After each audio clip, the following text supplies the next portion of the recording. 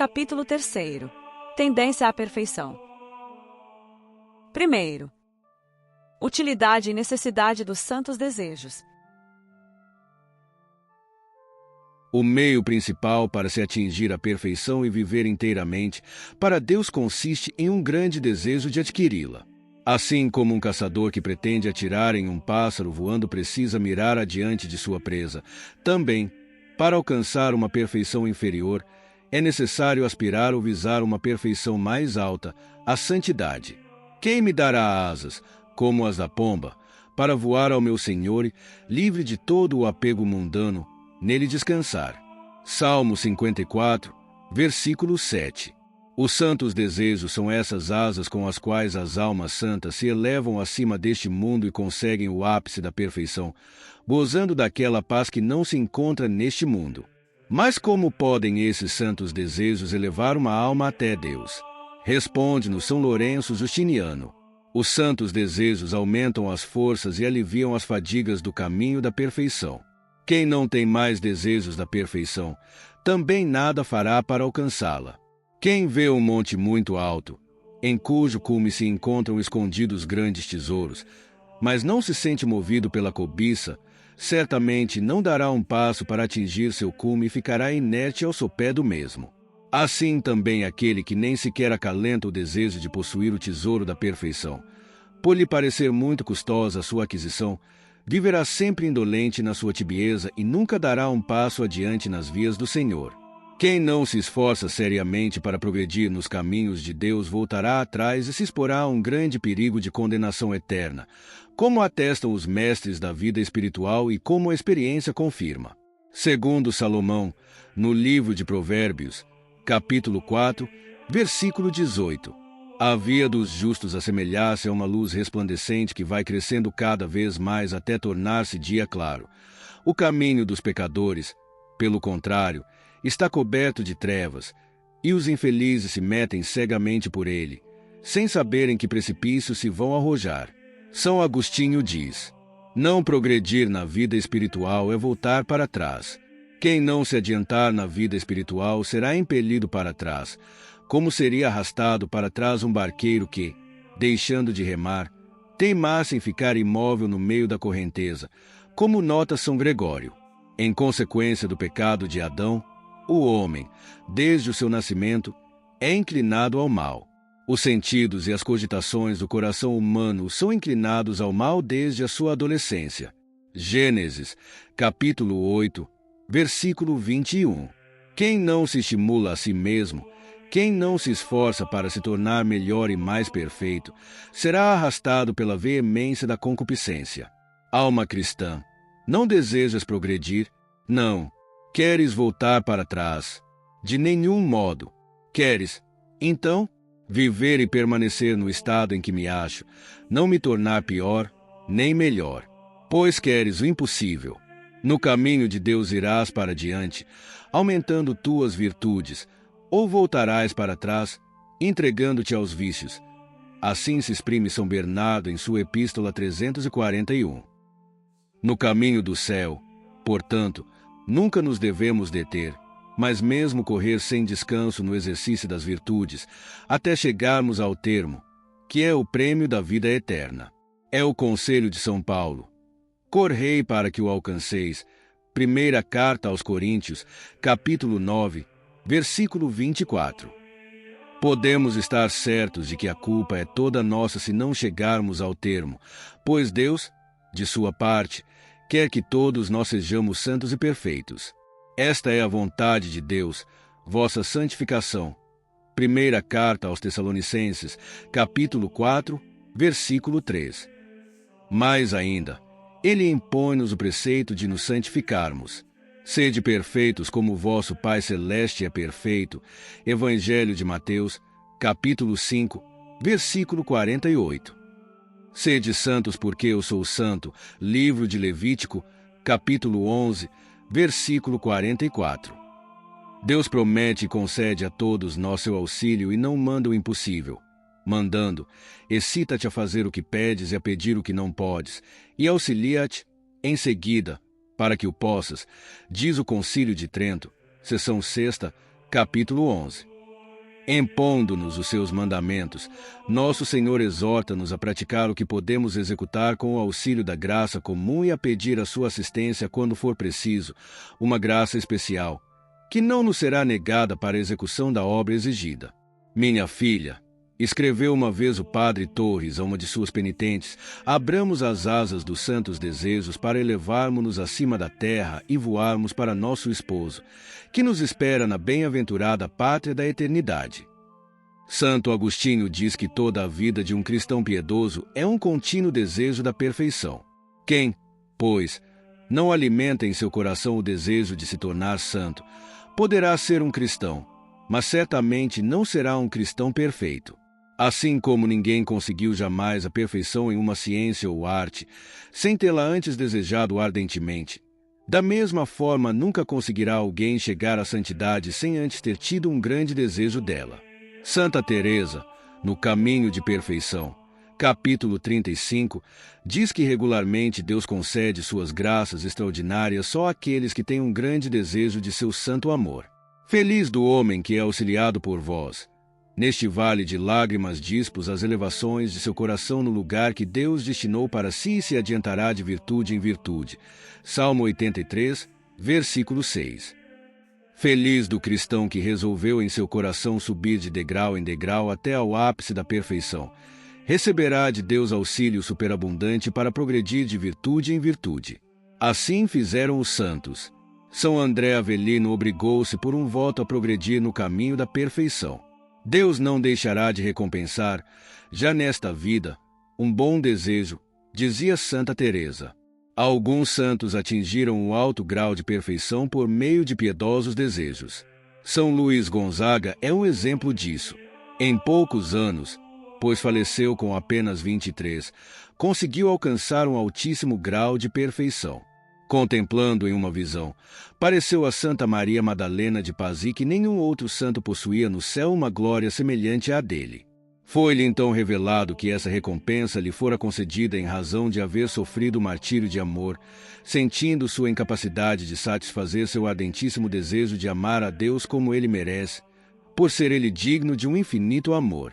Santa Teresa nos dá muitos e belos ensinos a esse respeito. Sejam magnânimos os nossos desejos, pois deles depende a nossa salvação. Não devemos moderar nossos desejos. Antes, devemos esperar de Deus que, por esforços contínuos, conseguiremos chegar aonde chegaram os santos com o auxílio de sua graça.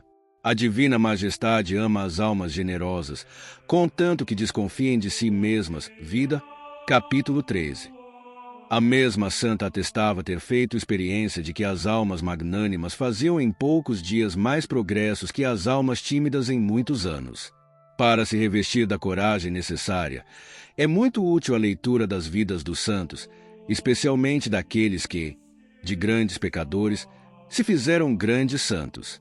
Exemplos disso são Santa Maria Madalena, Santa Pelágia, Santa Maria Egipciaca, Santo Agostinho e Santa Margarida de Cortona. Esta última viveu muitos anos na inimizade de Deus, nutrindo sempre o desejo de santificar-se, apesar de sua má vida. Converteu-se e fez tantos progressos no caminho da perfeição que o Senhor chegou a revelar-lhe não só que estava predestinada à bem-aventurança eterna, como também que receberia um trono entre os serafins. O demônio se empenha em nos fazer crer que é orgulho ter desejos magnânimos e a vontade de imitar os santos, diz Santa Teresa. Longe, porém, de ser orgulho, é algo muito louvável querer uma alma, que desconfia de si e põe em Deus toda a sua confiança, conseguir a perfeição, exclamando com o apóstolo, tudo posso naquele que me conforta, Filipenses 4, 13. Por mim mesmo nada posso, mas com a assistência de Deus eu posso tudo. Por isso, resolvo-me a amá-lo como os santos o amaram, com a assistência de sua graça.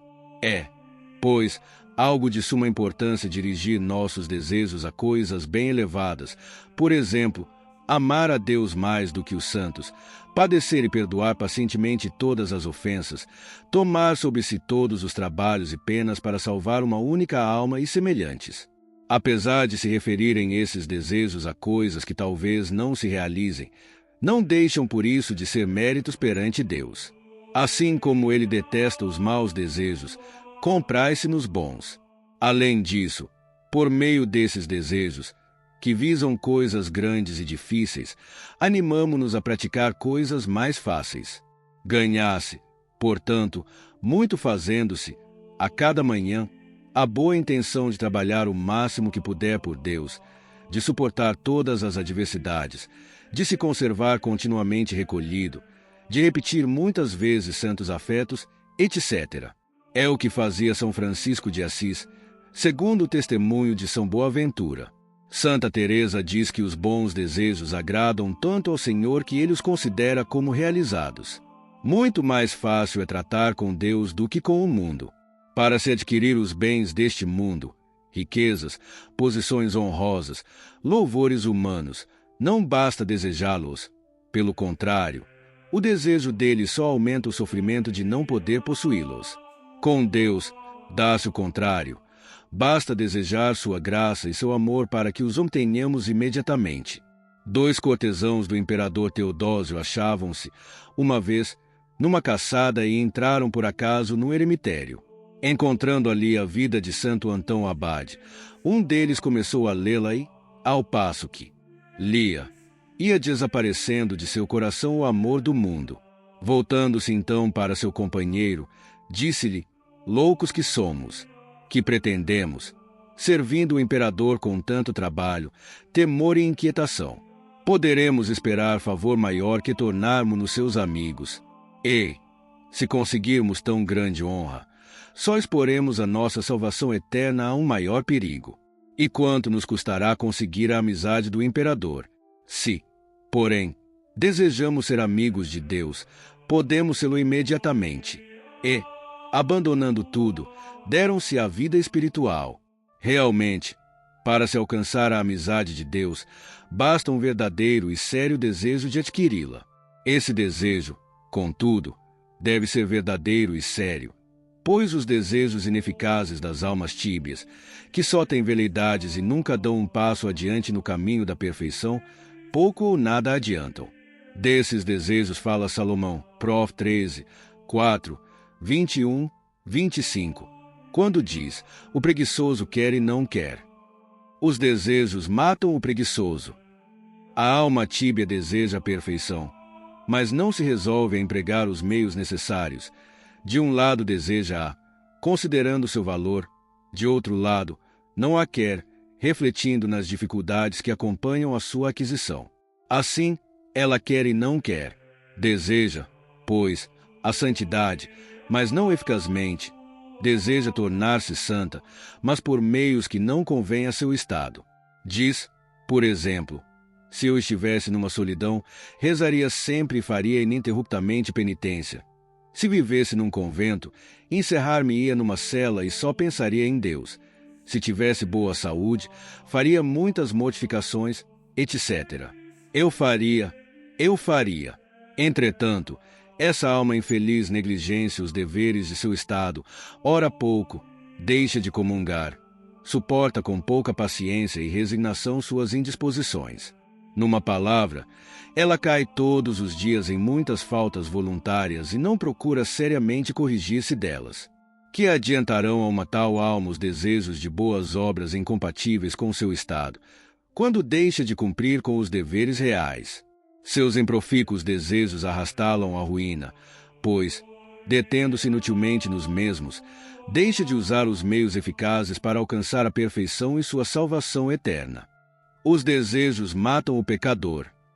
Muito acertadamente diz a esse respeito S. Francisco de Sales: não posso aprovar que uma pessoa, sujeita a uma vocação ou dever, se detenha a desejar um outro estado de vida diverso daquele que lhe é próprio, ou exercícios incompatíveis com seu estado presente de vida, pois isso distrai a atenção e enfraquece a vontade para os exercícios comuns.